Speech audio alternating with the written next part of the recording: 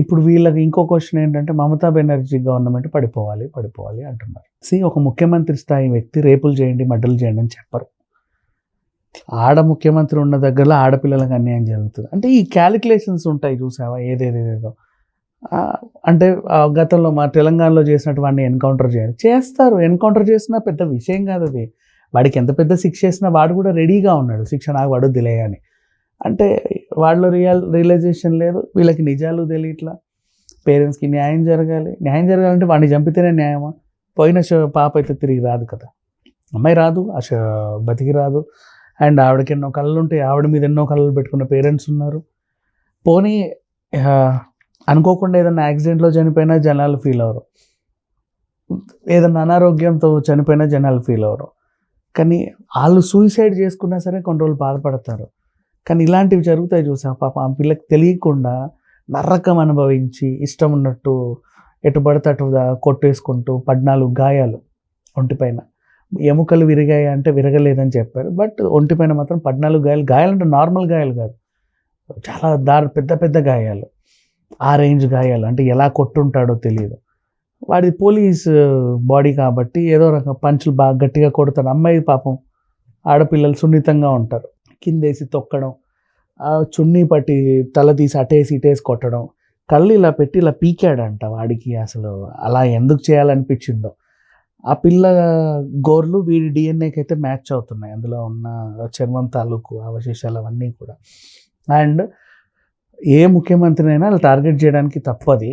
ఎల్లని ఆ home minister సమాధానం చెప్పాలి, వాళ్ళు సమాధానం చెప్పాలి. వాళ్ళందరూ 24 గంటలు ఉన్న ప్రతి మహిళకి వెనకాల ఉండి చూడరు, కాపాడరు. కాకపోతే సిస్టమ్ ఎంత స్ట్రిక్ట్గా ఉన్నా జరిగేవి జరుగుతూనే ఉంటాయి.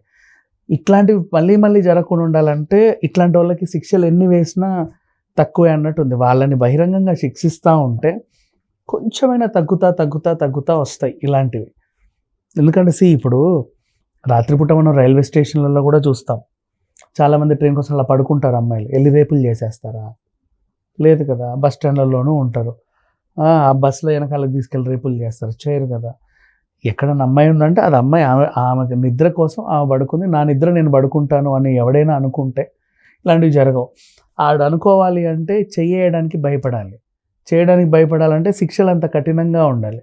అంటే ఇది అరికట్టాలంటే కూడా అరికట్టవచ్చు, పెద్ద విషయం కాదు. ఊరికే మంత్రుల్ని ముఖ్యమంత్రుల్ని నిందించడం కంటే ఇప్పుడు చేశారు కరెక్టే, అయినా VPN ఆన్ చేసుకొని మరీ చూస్తునే వాళ్ళని ఫస్ట్ పట్టుకోవాలి. దాంట్లో ఎలాంటి చూస్తున్నారు, కొంతమంది చూస్తారు, తప్పేం లేదులే. ఇంకొంతమంది చిన్నపిల్లలని పోన్గా చూడాలనుకుంటారు, వాళ్ళని పట్టుకోవాలి. యానిమల్ పోన్ చూడాలనుకుంటారు, వాళ్ళని పట్టుకోవాలి. కొంత క్రూరమైన పోన్ చూస్తారు ఇలాంటి వాళ్ళని పట్టుకోవాలి. ఇలాంటి వాళ్ళందరినీ పట్టుకొని ఫస్ట్ వాళ్ళకి అట్లీస్ట్ శిక్షించకపోయినా వాళ్ళకి కొంచెం, అంటే మానసికంగా వాళ్ళు ఎందుకు అలా ఉన్నారో తెలియదు కదా, వాళ్ళకి గైడెన్స్ ఇవ్వాలి. అయినా వాడు మారకపోతే కొన్నాళ్ళు జైల్లో పెట్టి వదిలేస్తే దానికి కూడా ఒక శిక్ష విధించి, అలా చూడడం కూడా తప్పని, అలా చూడడం వల్లే వాడికి ఏదో కోరిక కలిగింది, అది కూడా తప్పే అని చెప్పేసి చెప్పొచ్చు. అండ్ సినిమాల్లో కూడా ఈ మధ్యకాలంలో చాలా క్రూరమైన తానే ఉన్నాం మనం కూడా. ఇప్పుడు ఫర్ ఎగ్జాంపుల్ గంగూబాయి కత్యావాడి అనే సినిమా మాట్లాడుకున్నాం, అందులో కూడా ఆ సీన్ పెట్టడం వల్లేగా మనకు తెలిసింది.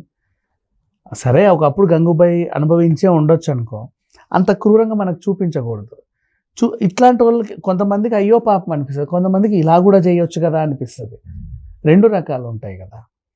అందుకని చెప్పేసి మ్యాక్సిమం కట్టడి చేస్తే కొద్దో గొప్ప మార్పు తేవచ్చు. అండ్ వీళ్ళకి మాత్రం చాలా కఠినంగా అంటే ఊరికి ఎన్కౌంటర్ చేసి చంపేసినా కూడా అసలు వీలు ఉండదు.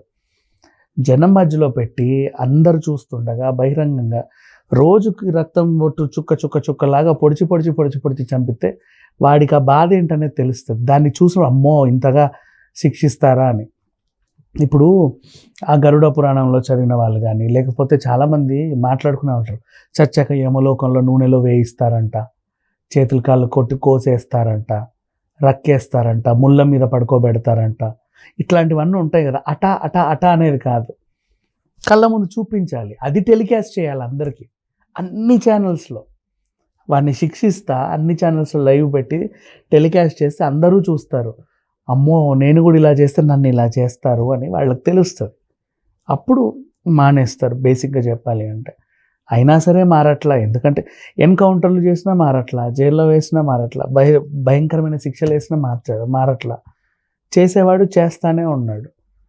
మన దగ్గర కూడా ఎవడైనా సరే ఎక్కువ పోన్స్ కంటెంట్ చూస్తున్నాడు, ఇంకో రకంగా ఆలోచిస్తున్నాడు అంటే నలుగురు చెప్పాలి. అక్కడున్న పెద్దవాళ్ళకి వీడు బాలేడండి, తేడాగా ఉన్నాడని. వాళ్ళు కూడా నిర్ణయం తీసుకొని వాడిని కొట్టడమో, తిట్టడమో చేయకూడదు. దగ్గరలో ఉన్న పోలీస్ స్టేషన్‌లో చెప్పాలి. మా దగ్గర ఒకడున్నాడండి స్టూడెంట్ 10 మందిలో ఒకడు. వాడు ఈ మధ్య వింత వింత ప్రవర్తిస్తున్నాడు. పోలీసులు రాసుకుంటారు. ఒకసారి పిలిచి గట్టిగా గదిమాయిస్తారు. మెల్లిమెల్లిగా మారొచ్చు ఛాన్స్ ఉంది. ఇది జరిగేది.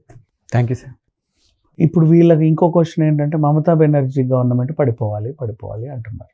ఒక ముఖ్యమంత్రి స్థాయి వ్యక్తి రేపులు చేయండి, మర్డర్లు చేయండి అని చెప్పరు. ముఖ్యమంత్రి ఉన్న దగ్గరలో ఆడపిల్లలకు అన్యాయం జరుగుతుంది. అంటే ఈ క్యాలిక్యులేషన్స్ ఉంటాయి చూసావా, ఏదేదేదో.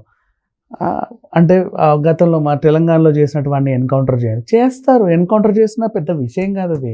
వాడికి ఎంత పెద్ద శిక్ష వేసినా వాడు కూడా రెడీగా ఉన్నాడు, శిక్ష నాకు పడుద్దిలే అని. అంటే వాళ్ళలో రియలైజేషన్ లేదు, వీళ్ళకి నిజాలు తెలియట్లా. పేరెంట్స్కి న్యాయం జరగాలంటే వాడిని చంపితేనే న్యాయమా? పోయిన పాప అయితే తిరిగి రాదు కదా, అమ్మాయి రాదు, బతికి రాదు. అండ్ ఆవిడకి ఎన్నో కళలు ఉంటాయి, ఆవిడ మీద ఎన్నో కళలు పెట్టుకున్న పేరెంట్స్ ఉన్నారు. పోనీ అనుకోకుండా ఏదైనా యాక్సిడెంట్లో చనిపోయినా జనాలు ఫీల్ అవ్వరు, ఏదైనా అనారోగ్యంతో చనిపోయినా జనాలు ఫీల్ అవ్వరు. కానీ వాళ్ళు సూసైడ్ చేసుకున్నా సరే కొన్ని రోజులు బాధపడతారు. కానీ ఇలాంటివి జరుగుతాయి చూసా, పాప ఆ పిల్లకి తెలియకుండా నరకం అనుభవించి ఇష్టం ఉన్నట్టు ఎటు పడితే అటు కొట్టేసుకుంటూ 14 గాయాలు ఒంటిపైన. ఎముకలు విరిగాయి అంటే విరగలేదని చెప్పారు, బట్ ఒంటిపైన మాత్రం 14 గాయాలంటే నార్మల్ గాయాలు కాదు, చాలా పెద్ద పెద్ద గాయాలు, ఆ రేంజ్ గాయాలు. అంటే ఎలా కొట్టుంటాడో తెలియదు. వాడి పోలీస్ బాడీ కాబట్టి ఏదో రకం పంచులు బాగా గట్టిగా కొడతాడు. అమ్మాయి పాపం, ఆడపిల్లలు సున్నితంగా ఉంటారు, కిందేసి తొక్కడం, చున్నీ పట్టి తల తీసి అటేసి ఇటేసి కొట్టడం, కళ్ళు ఇలా పెట్టి ఇలా పీకాడంట. వాడికి అసలు అలా ఎందుకు చేయాలనిపించిందో. ఆ పిల్ల గోర్లు వీడి డిఎన్ఏకి అయితే మ్యాచ్ అవుతున్నాయి, అందులో ఉన్న చర్మం తాలూకు అవశేషాలు అవన్నీ కూడా. అండ్ ఏ ముఖ్యమంత్రినైనా వాళ్ళు టార్గెట్ చేయడానికి తప్పది. ఎల్లని ఆ హోమ్ మినిస్టర్ సమాధానం చెప్పాలి, వాళ్ళు సమాధానం చెప్పాలి. వాళ్ళందరూ 24 గంటలు ఉన్న ప్రతి మహిళకి వెనకాల ఉండి చూడరు, కాపాడరు. కాకపోతే సిస్టమ్ ఎంత స్ట్రిక్ట్గా ఉన్నా జరిగేవి జరుగుతూనే ఉంటాయి. ఇట్లాంటివి మళ్ళీ జరగకుండా ఉండాలంటే ఇట్లాంటి వాళ్ళకి శిక్షలు ఎన్ని వేసినా తక్కువే అన్నట్టు ఉంది. వాళ్ళని బహిరంగంగా శిక్షిస్తూ ఉంటే కొంచెమైనా తగ్గుతా వస్తాయి ఇలాంటివి. ఎందుకంటే ఇప్పుడు రాత్రిపూట మనం రైల్వే స్టేషన్లలో కూడా చూస్తాం, చాలామంది ట్రైన్ కోసం అలా పడుకుంటారు అమ్మాయిలు, వెళ్ళి రేపులు చేసేస్తారా? లేదు కదా. బస్ స్టాండ్లలోనూ ఉంటారు, ఆ బస్సులో వెనకాలకు తీసుకెళ్ళి రేపులు చేస్తారు, చేయరు కదా. ఎక్కడన్నా అమ్మాయి ఉందంటే అది అమ్మాయి, ఆమె నిద్ర కోసం ఆమె పడుకుంది, నా నిద్ర నేను పడుకుంటాను అని ఎవడైనా అనుకుంటే ఇలాంటివి జరగవు. ఆడు అనుకోవాలి అంటే చేయడానికి భయపడాలంటే శిక్షలు అంత కఠినంగా ఉండాలి. అంటే ఇది అరికట్టాలంటే కూడా అరికట్టవచ్చు, పెద్ద విషయం కాదు. ఊరికే ముఖ్యమంత్రుల్ని నిందించడం కంటే